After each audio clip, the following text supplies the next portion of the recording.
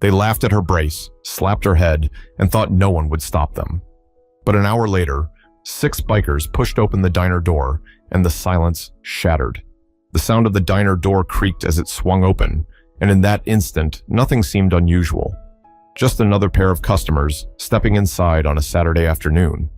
But for 14-year-old Tiana Morgan, this wasn't just another stop for food. Every public place came with its own silent test. How many stares would she endure this time? How many whispers would her mother pretend not to hear? Tiana walked carefully, her leg brace clicking against the tiled floor with each step. Her mother, Danielle Morgan, followed close by, guiding her gently with a hand on her shoulder. They had been driving through Bowling Green, Kentucky on their way home from a doctor's appointment in Nashville, and the small diner off Scottsville Road promised nothing more than a simple lunch. Danielle smiled at the waitress near the counter, trying to keep things light. "Just a booth for 2, please." The waitress, an older woman with kind eyes, nodded and led them to a seat near the middle of the room. The diner wasn't packed, but enough customers sat scattered across booths to fill the air with forks clinking against plates and low conversations. A group of 4 teenagers occupied the booth directly behind them. Their voices were loud, already leaning into the kind of laughter that made other diners glance up. Tiana slid into her side of the booth, adjusting her leg brace before Danielle opened the menu. For a moment, everything felt fine. Danielle asked, "Burger or grilled cheese today, sweetheart?" Tiana shrugged shyly. Grilled cheese with fries, it could have ended there, just a normal mother and daughter having lunch. But things rarely stayed that simple for Tiana. From behind her, one of the teens snorted. "Hey, did you see her walk?" A boy's voice whispered loudly, not caring who heard. Another voice chimed in, sharper. "Yeah, like a robot or something." The group burst into laughter. Danielle's fingers tightened around the menu, but she didn't look back. She had learned over the years that confrontation could spiral quickly, and sometimes silence was the safest shield. But the sound of their laughter slid into Tiana's ears like needles. She pressed her lips together, pretending to scan the menu she already knew by heart. Danielle tried to shift her daughter's focus. "You know, their milkshakes here are supposed to be really good. Want to share one?" Tiana's voice was small. "Maybe chocolate." She forced a smile, but her shoulders hunched, the warmth of excitement already drained. From behind, the teens weren't done. One of the girls mimicked the sound of the leg brace clicking against the floor. "Clink, clink, clink," she said between giggles. Danielle's jaw clenched. She turned slightly, catching a glimpse of the group. 4 teenagers, 2 boys, 2 girls, leaning back in the booth, their faces smug, with the kind of bravado that comes from knowing no one will call you out. The boy who seemed to lead the pack was tall, wiry, with messy blonde hair. His name, as Danielle would soon learn, was Evan Clark. Danielle turned back to Tiana. "Ignore them, honey. Just focus on me." Tiana nodded, but her eyes glistened. She picked at the edge of the menu, her throat tight. This wasn't the first time strangers made her feel like a spectacle, but it always cut the same. The waitress came back, notebook in hand, her friendly smile returning. "What can I get for y'all today?" Danielle forced her voice to sound steady. "Grilled cheese with fries and a chocolate shake for her. I'll have the turkey club." As the waitress walked away, Danielle reached across the table, covering her daughter's hand. "We're okay. We'll just eat, and then we'll be out of here." Tiana gave the smallest nod, but the laughter from the booth behind them hadn't stopped. It had just gone quieter, meaner, like they were waiting for the next opportunity. Danielle's eyes flicked toward the window. Outside, the sky was heavy with clouds, gray and unsettled, as if mirroring her mood. She told herself to stay calm, to keep her daughter shielded. But the truth was already pressing in. This lunch wasn't going to be simple anymore. But the moment Evan leaned forward, smirking as if daring someone to stop him, Danielle knew their meal was heading towards something far darker. The food hadn't even arrived before the tension behind them thickened. The teens were restless, their laughter breaking into sharp bursts that carried across the diner. For most customers, it was background noise. Annoying, but nothing worth stepping into. For Tiana, every sound felt pointed, every chuckle like a spotlight turned her way. She shifted in her seat, tugging at her sleeve as though she could shrink small enough to disappear. Danielle caught the movement. Her stomach twisted. She knew this pattern too well. The cruel theater was only beginning. Evan Clark leaned closer to his friends, grinning wide enough for Danielle to see the smug curve of his mouth from the corner of her eye. "Watch this," he whispered just loud enough, like he wanted her to hear. Then, loud and clear, "Hey, robot girl, where's your remote control?" The table behind them erupted. The two girls clapped their hands against the vinyl seats, wheezing through laughter, while the second boy doubled over, slapping the table with delight. Tiana's eyes sank to the floor. Her throat burned, and she bit her lip to keep it steady. Danielle's hands went white around her glass of water. She turned halfway in her seat, her voice tight. "That's enough." Evan didn't blink. He tilted his head, the grin never faltering. "Just joking." The girl beside him, her dark hair tied up in a high ponytail, smirked. "Can't she take a joke?" Danielle's voice sharpened. "That's not a joke. You're mocking a child." The laughter died down slightly, but not from shame. Evan leaned back, arms stretched across the booth like he owned the place. "Lady, relax. Nobody's getting hurt." Danielle forced herself to turn back to Tiana, who was now crumpled in the corner of the booth, trying not to cry. Danielle wanted to pull her daughter close, shield her, but every move felt like feeding their cruelty. The waitress returned, balancing plates. She sensed the tension but pressed on, setting down the grilled cheese, fries, turkey club, and shake with careful cheer. "Here you go, sweethearts." "Enjoy," Danielle murmured a thank you, hoping food might distract Tiana. But as soon as the waitress stepped away, Evan struck again. "Bet you can't even chew straight with that brace," he sneered. The fries on Tiana's plate blurred as tears filled her eyes. Danielle's breath shook. "Don't listen to him, baby. Eat what you want." But Tiana couldn't lift her sandwich. Her hands trembled too much. The boy across from Evan leaned forward, egging him on. "Man, she's gonna short circuit if she cries too hard." That line broke the group into howls. A man in the corner booth glanced up, frowned, then looked back at his newspaper. Two women at the counter exchanged a look, but didn't move. The silence of the room was its own betrayal. Finally, Danielle couldn't take it. She pushed her chair back, standing tall over their booth. "If you don't stop right now, I'll call the police." Evan's grin twitched, but he didn't back down. "Go ahead. Tell them we laughed. Big crime." His voice carried through the diner, bold and unashamed. His friends snickered, reassured by his bravado. Danielle's hands trembled at her sides. She wanted to grab her phone, but part of her hesitated. What would she even say? "They laughed at my daughter? Would anyone care enough to come?" "Mom," Tiana whispered, tugging at her sleeve. Her voice was raw. "Let's just leave." Danielle turned back to her daughter, her chest aching. She wanted to protect her, but walking out now felt like surrendering to their cruelty. She swallowed hard. "Finish your sandwich first, honey. Don't let them take this from you." But Tiana couldn't eat. The fries cooled, the grilled cheese stiffened, and her milkshake sat untouched. Evan, sensing victory, smirked one last time. As Danielle helped Tiana slide out of the booth, bracing her carefully, Evan leaned in. In one swift, thoughtless act, he slapped the back of Tiana's head. The sound cracked through the diner, louder than a plate hitting the floor. Tiana gasped, stumbling forward, her leg brace clanging against the tile. Danielle caught her just in time, pulling her close, her heart hammering so hard she felt dizzy. The diner froze. Forks stopped midair. The two women at the counter turned sharply, one covering her mouth. The man with the newspaper lowered it completely. But no one stood. No one moved. Danielle's voice shook with fury. "What is wrong with you?"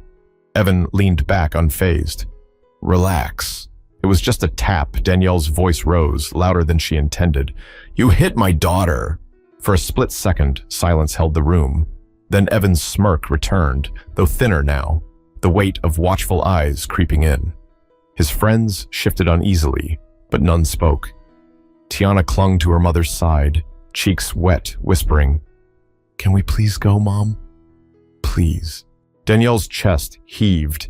She wanted to scream, to demand every person in the room speak up, to make the boy apologize, to make him feel an ounce of the shame he had inflicted. Instead, she wrapped her arm around her daughter and guided her back into the booth. She wasn't leaving, not yet. But as the minutes stretched and no one came to their defense, the silence of that diner began to feel louder than the slap itself. Danielle sat stiffly in the booth, one arm around Tiana, as though she could shield her from the entire world with just her body. The half-eaten sandwiches on the table grew cold, the chocolate shake was melting, but Danielle's focus was fixed on the boy behind them. Evan Clark lounged back, his arm hanging loose over the booth, smirk glued to his face. His friends whispered and snickered, though quieter now, their energy subdued, but not gone. The slap replayed in Danielle's head like a stuck record. She could still feel the jolt of her daughter's body when it happened, the sudden gasp of fear. Every fiber of her being wanted to march over, grab the boy by the collar, and demand he look her in the eye. But she couldn't. Not with Tiana trembling against her, not with the way the rest of the diner sat frozen in their seats. She glanced around, desperate for support. The two women at the counter avoided her gaze. The man with the newspaper had folded it, set it down, but now sipped his coffee as though nothing was wrong. A young couple near the window leaned into each other, whispering. Eyes darted to the teens and then quickly away. Danielle's stomach churned. They all saw. They all knew. And not one of them had the courage to stand up. Tiana's whisper pulled her back. "Mom, can we go now? Please?" Danielle bent closer, brushing a tear from her daughter's cheek. "I know you want to leave, baby, but if we walk out right now, they'll think they won." Tiana shook her head quickly, her voice tight with panic. "I don't care. I just want to go home." Danielle's heart cracked. She hated this dilemma. Protecting her child meant two very different things at once. Protecting her meant shielding her from cruelty. Protecting her also meant teaching her not to run from bullies. But in this moment, teaching a lesson felt crueler than leaving. She reached for her phone, her fingers trembling as she unlocked it. She typed 911 but didn't press call. Her thumb hovered. What would she say? A group of teenagers harassed my daughter. One of them slapped her. Yes, it was humiliating. Yes, it was cruel. But would police really show up? Would they take it seriously? Her thumb moved away from the screen. She placed the phone face down on the table, chest rising and falling unevenly. From behind, Evan's voice oozed smugness. "Man, she's really crying. You'd think someone died." Danielle's jaw clenched so hard it ached. She spun halfway around, her voice low and sharp. "You're cruel. Do you know that?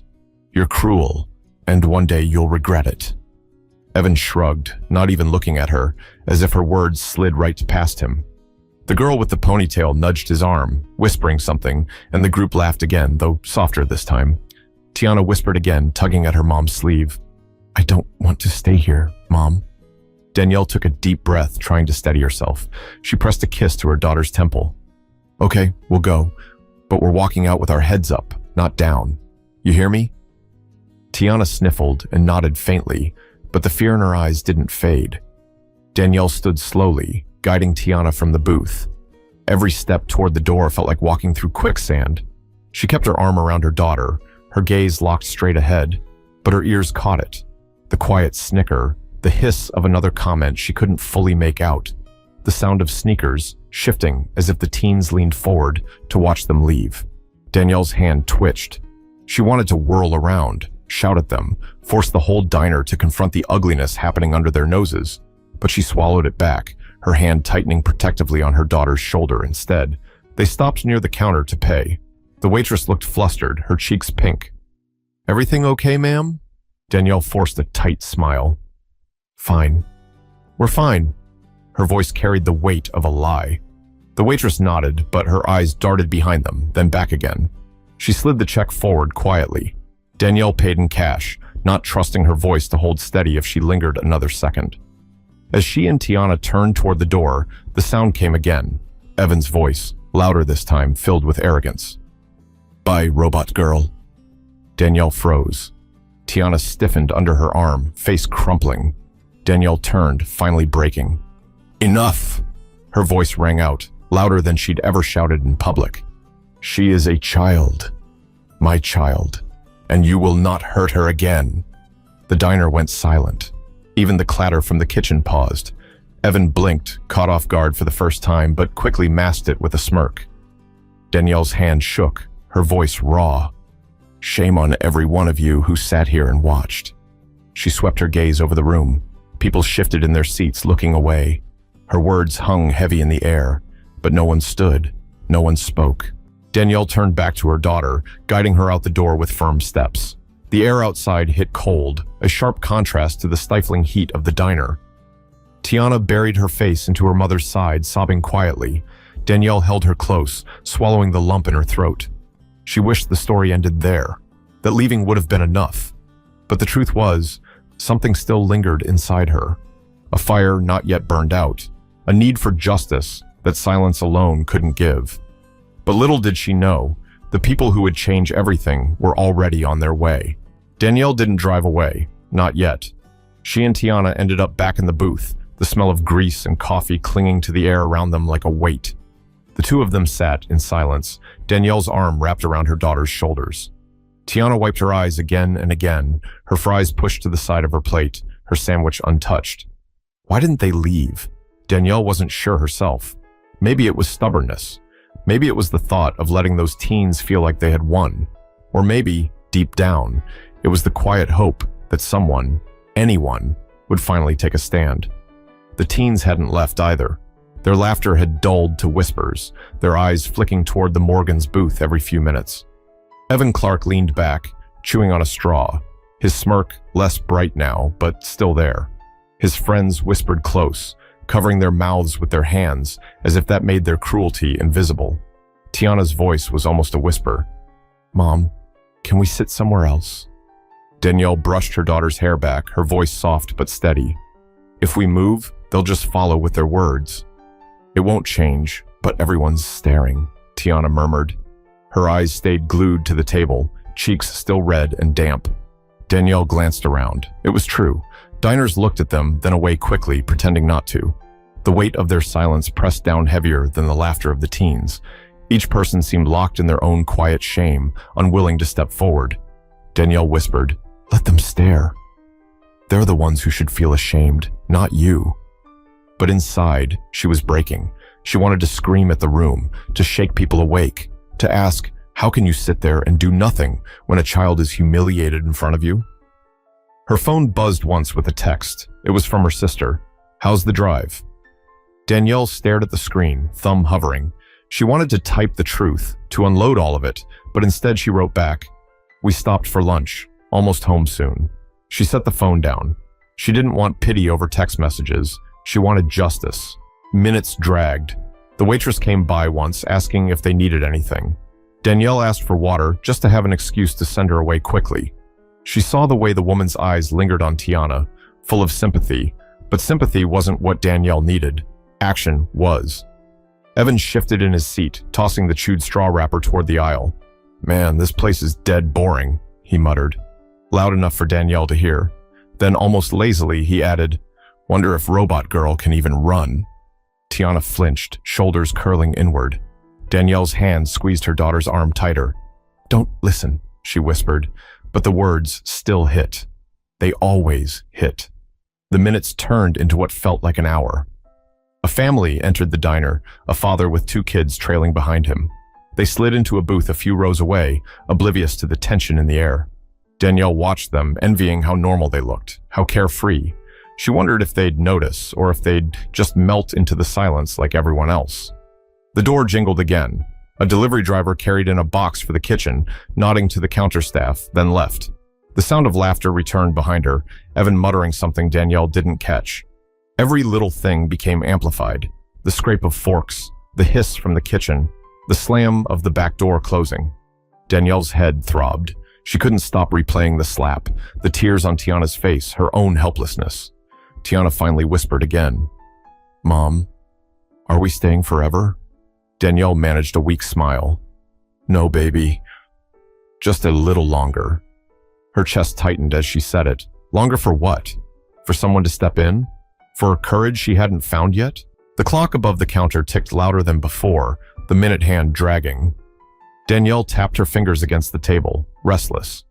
She had never felt time move so slowly. And then it happened. The sound of the door opening wasn't anything unusual, but the footsteps that followed, heavy, deliberate, unhurried, shifted the air in a way no one could ignore. 6 men and women entered, leather vests across broad shoulders, helmets tucked under their arms. Boots thudded against the tile. The group carried an energy that filled the room instantly. The teenagers went quiet. The smirks faltered. Even Evan's jaw tensed, just slightly. Danielle turned, startled, watching as the bikers took a few steps inside. They paused, scanning the room, eyes sharp but calm. She saw the patches on their vests, a mix of charity rides, veteran emblems, and local chapter logos. They weren't here to cause trouble, but trouble seemed to shrink when they walked in. At the front of the group, a tall man with graying hair and a scar along his cheek took in the diner with steady eyes. This was Rick Donahue, though Danielle didn't know his name yet. Behind him walked Maria Red Alvarez, her hair tucked under a red bandana, her posture strong but approachable. Rick's gaze swept over the room. It paused for just a moment too long on Danielle and her daughter, then shifted to the booth behind them where Evan and his friends sat suddenly quieter than they'd been all afternoon. Maria set her helmet down on the counter with a soft thud. "Smells like good coffee," she said lightly, her voice carrying across the diner. But the tension in the room wasn't lost on her, or any of them. But what no one realized yet was that these bikers weren't just stopping for coffee. They were about to change everything inside that diner. The diner door swung shut behind them with a hollow thud, and for the first time that afternoon, the teenagers in the back booth didn't have a word to say. Evan Clark leaned back against the vinyl seat, his arms still stretched along the top, but the smirk on his face had thinned. His friends shifted nervously, eyes flicking to the newcomers like they were trying to gauge whether these people were just passing through or here for something more. Rick Donahue walked with the kind of presence you couldn't fake. He wasn't a large man, not in the way you might picture a biker, but there was a stillness in the way he carried himself that demanded attention. A Gulf War veteran, he had seen enough in life to know when a room carried tension. He caught it now, the stares, the silence, the way Danielle's shoulders hunched protectively around her daughter. Maria Red Alvarez trailed close behind, pulling the bandana from her hair and tucking it into her back pocket. She had been a nurse before retiring, and though she had swapped scrubs for leather, she hadn't lost that sharp ability to read a room. One glance at the tear-streaked face of the girl in the booth and the stiff, guarded posture of the mother told her more than words could. They didn't announce themselves. They didn't need to. Rick simply nodded toward the counter, and the group fanned out, claiming a few empty seats and a booth directly across from the teenagers. The waitress hurried over, her smile polite, but clearly nervous under the sudden weight of the moment. "Coffee black," Rick said simply. The others chimed in, eggs, pie, sodas. Their orders sounded casual, but their presence was anything but. Danielle sat frozen. She hadn't moved since the bikers walked in. Her first instinct was fear. 6 leather-clad strangers marching into a diner could mean anything. But then she noticed Maria's eyes, the way they lingered on Tiana. Not with pity, with recognition. A protective sort of recognition. Maria leaned her arms on the counter and turned slightly, addressing Danielle directly. "She okay?" Her voice was steady, not loud, but it cut through the silence like a knife. Danielle hesitated, glancing at Tiana, who wiped her face quickly and looked away. She's fine," Danielle answered softly, though her voice cracked on the word fine. Maria didn't press. She just gave a small, knowing tilt of her head before looking back at the waitress. But Rick wasn't done. He studied Danielle and Tiana for another moment, then shifted his gaze toward the booth behind them where Evan sat. The boy felt the weight of that stare instantly. He straightened in his seat, smirk flickering. "What?" he said, but his voice was lower now, his bravado tested. Rick didn't answer. He simply leaned back, wrapping his hand around the steaming mug of coffee the waitress had just set down. His silence said enough. Danielle swallowed, then leaned toward Maria. Her voice was low, hesitant. "They've been tormenting her since we sat down. And he," she nodded subtly toward Evan, "hit her on the back of the head." Maria's face tightened, her jaw flexing. She glanced at Rick. No words passed between them, but none were needed. Rick set his mug down slowly, then leaned his elbows on the table. "Which one?" His voice was quiet, almost conversational. Danielle hesitated, but then gestured subtly. "The blonde boy." Him Evan shifted in his seat, a flicker of unease crossing his face. "Don't point at me like that," he muttered, though the edge of confidence in his tone was slipping. His friends looked at him, then at the bikers, then back again, suddenly unsure whether this was still a game. Maria turned back to Danielle, her voice softer now. "You did the right thing, staying calm." Then glancing at Tiana, she added, "Sweetheart, you don't let people like that tell you who you are. You hear me?" Tiana looked up at her, eyes wide. For the first time since the slap, she nodded faintly. The diner had grown strangely quiet. Forks slowed, conversations hushed. Every eye darted between the teenagers and the bikers, sensing that the balance in the room had shifted. Rick finally spoke, his voice directed at Evan, but calm as stone. "You think you're tough because you slap a little girl? Try looking a man in the eye," and doing that, Evan's mouth opened, but nothing came out.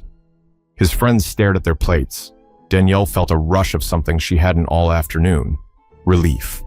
She didn't know these bikers, didn't know why they had chosen that diner at that exact moment, but their presence carried the weight she alone could not. Tiana shifted closer to her mother, whispering, "They're not laughing anymore." Danielle brushed her daughter's hair back gently. "No, baby. They're not."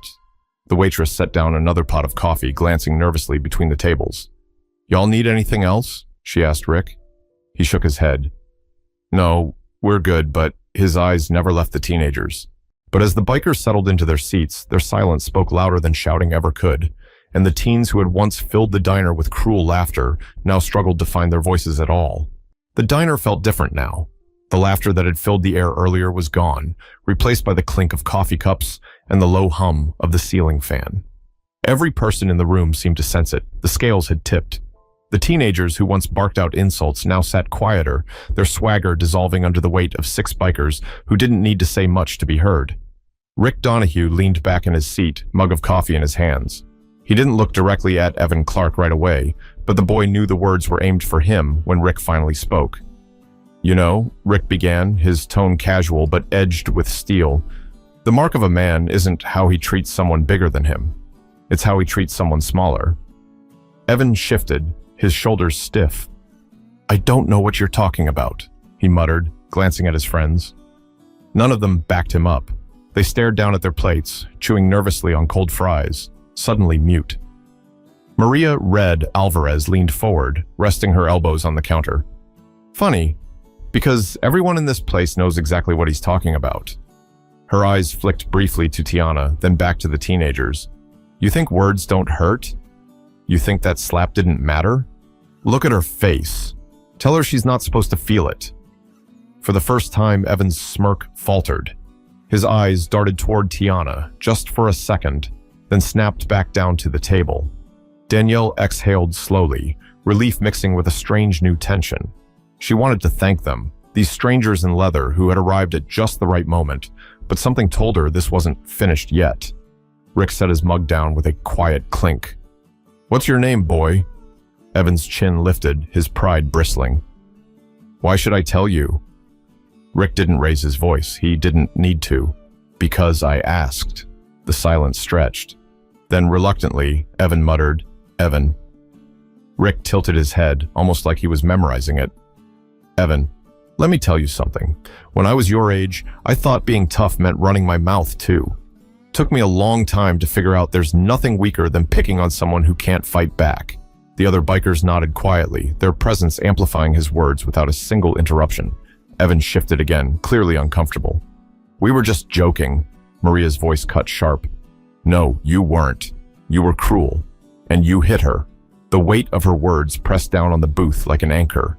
The girl with the ponytail squirmed in her seat, whispering, "Maybe we should just go."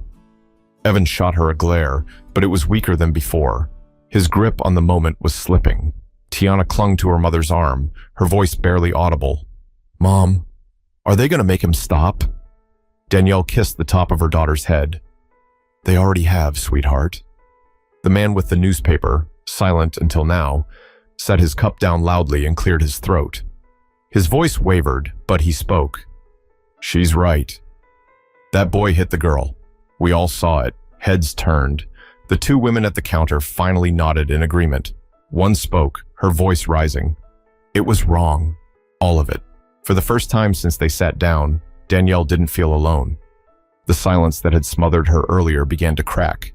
Other customers chimed in, small murmurs of agreement, eyes fixed on the teenagers. Rick looked back at Evan, his tone steady. "You hear that? That's called accountability. You brought this on yourself. Now you face it." Evan's jaw worked, his pride caught between defiance and the realization that the room was no longer his playground. His friends shifted uncomfortably, one of the boys standing halfway. "Let's just go, man, forget it." But Rick wasn't finished. "Leaving doesn't fix what you did. Look at her," he gestured toward Tiana. "You owe her more than silence." Evan froze. His throat bobbed as he swallowed. Finally, he glanced toward Tiana, his voice stiff. "Sorry." The word was barely more than a whisper, but it was there. Maria leaned forward. "Say it like you mean it." Evan's jaw tightened. He looked again, meeting Tiana's wide, tearful eyes. This time, his voice was louder. "I'm sorry." The diner stayed quiet, waiting. Danielle felt Tiana's small fingers squeeze her hand. She looked at her daughter's face, still fragile, but with a faint spark returning to her eyes. Rick gave a slow nod. "That's a start." The bikers didn't need to push further. Their point had been made. The balance of the diner had shifted, and everyone knew it. But even as Evan's apology lingered in the air, the real lesson hadn't yet been spoken. The one that would stay with everyone in that diner long after the plates were cleared. The word sorry hung in the air like smoke, thin, reluctant, and quick to fade. Evan Clark's lips had formed it, but his eyes betrayed him. He wasn't remorseful. He was cornered. Everyone in the diner could see it. Still, for the first time that afternoon, he wasn't laughing. And for Tiana, that shift meant something. She sat pressed against her mother, her small hands still trembling, but her eyes stayed fixed on the boy who had humiliated her. For once, he wasn't in control. Danielle felt her daughter's grip tighten around her hand, as if drawing courage from the moment. Rick Donahue leaned back, finishing the last sip of his coffee before setting the mug down. His voice was calm, almost measured, but it carried the weight of someone who had nothing to prove. "Son, one day you'll look back at this moment. You'll remember the girl you mocked. You'll remember the slap you thought made you strong. And if you've grown at all, you'll realize it was the weakest thing you ever did." Evan shifted uncomfortably, staring at the tabletop. His friends sat in silence, their bravado completely stripped away. The ponytailed girl whispered, "We should go," her tone no longer amused but embarrassed. Maria Red Alvarez leaned forward, her voice steady. "Leaving is the easy part. Living with who you are, that's harder. You decide right now if you're going to carry this shame or change it." The room was so quiet that even the hiss from the kitchen grill could be heard. The other diners who had been silent earlier now found themselves nodding, their own guilt pressing in. One of the women at the counter finally spoke up, her voice cracking with emotion. "I should have said something sooner." "We all should have." Danielle looked up, meeting her eyes, and for the first time all afternoon, she didn't feel completely alone. The crowd that had shrunk into silence when Tiana needed them most was finding its voice. Tiana's voice, soft but steady, broke the silence. She looked directly at Evan and whispered, "You hurt me." Evan's face flushed. His lips parted, but no words came out. For a moment, he seemed smaller than he had all day. The weight of her words, not her tears, not her silence, but her honesty, hit harder than anything Rick or Maria could have said. Danielle brushed her daughter's cheek gently. Pride and heartbreak mingled in her chest. "That's right, baby. And you didn't deserve it." Rick pushed himself to his feet, his chair scraping against the floor. The simple movement felt final, like a gavel hitting wood. He looked down at Evan one last time. "Remember this moment. Because you can walk out of here and stay the same, or you can grow up, but the choice is yours." With that, he placed a few bills on the counter, enough to cover not just his meal, but Danielle and Tiana's as well. Maria stood too, giving Tiana a small smile that carried warmth rather than pity. "Keep your head high, sweetheart. The world doesn't get to decide who you are. You do." Tiana nodded slowly, the tears still on her cheeks, but her chin lifting just a little. The bikers filed out, their boots heavy against the tile, their presence leaving a quiet echo behind. The door closed and the room exhaled. The teenagers slipped out minutes later, quieter than when they'd come in, their laughter gone. No one stopped them, no one yelled, but every eye in the diner followed them until the door swung shut. Danielle turned to her daughter, smoothing her hair back. "You okay?" Tiana sniffled, then whispered, "Better." Danielle kissed her forehead. "That's all I need to hear." Around them, the other diners finally spoke, small words of apology, of support. It didn't erase the cruelty that had already happened, but it mattered. For Danielle, it was proof that silence didn't have to last forever. For Tiana, it was proof that kindness could stand taller than cruelty when given the chance. As they left the diner together, Danielle guiding her daughter with gentle hands, she felt lighter than when she'd walked in. The memory of humiliation would linger, yes, but so would the image of bikers who chose accountability over indifference. This story isn't just about Tiana, or Evan, or even the bikers. It's about every person in that diner.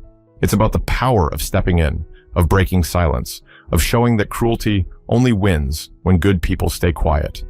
And maybe, the next time someone sees a child being mocked, they'll remember that afternoon in a small Kentucky diner and find their courage sooner. So here's the lesson. Strength isn't found in mocking the weak or in sitting quietly while someone else suffers. Strength is in standing up, even when your voice shakes. Strength is in choosing compassion when it would be easier to look away.